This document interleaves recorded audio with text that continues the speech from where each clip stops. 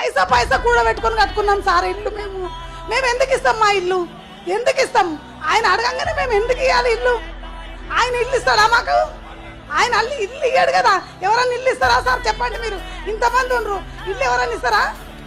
మా ఇల్లు ఎందుకు ఇస్తారు? మా ఇల్లు మేము ఇయ్యము. మా దగ్గరికి రావద్దు ఆయన, అంతే ఒకటే. రేవంత్ రెడ్డి నీకు నమస్తే తండ్రి. నాకే ఆధారం లేదు.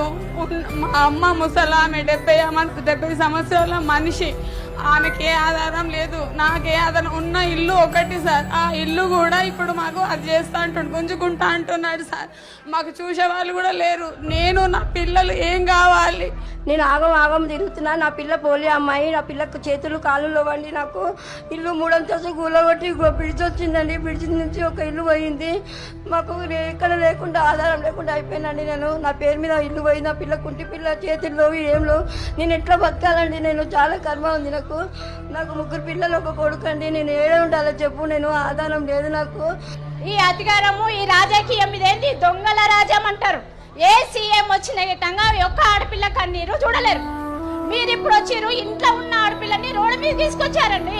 సీఎం చేసినందుకు మాకు ఈ బాధలు వచ్చినాయి. ఇప్పుడు ఇవన్నీ ఎత్తుకులాడుకుంటా మేము తిరుగులాడుతున్నాం. బాధ లేదు, నిద్ర లేదు, కంటికి ఏంది లేదు మాకు. ఎక్కడ పోవాలి మేము? ఇంతమంది తలలో పిల్లలు ఎక్కడ పోవాలో చెప్పండి. మేము ఆయన ఎవరు చేసిండు? ఆయన దిగిపోతేనే మేము బతుకుతాం, లేకపోతే బతకలేము. చూడండి, సీఎం పోతేనే మేము బతుకుతాం, లేకపోతే మేము బతకలేము. మమ్మల్ని ఎప్పుడు చంపేస్తాడో ఆయన మాకు తెలుస్తలేదు.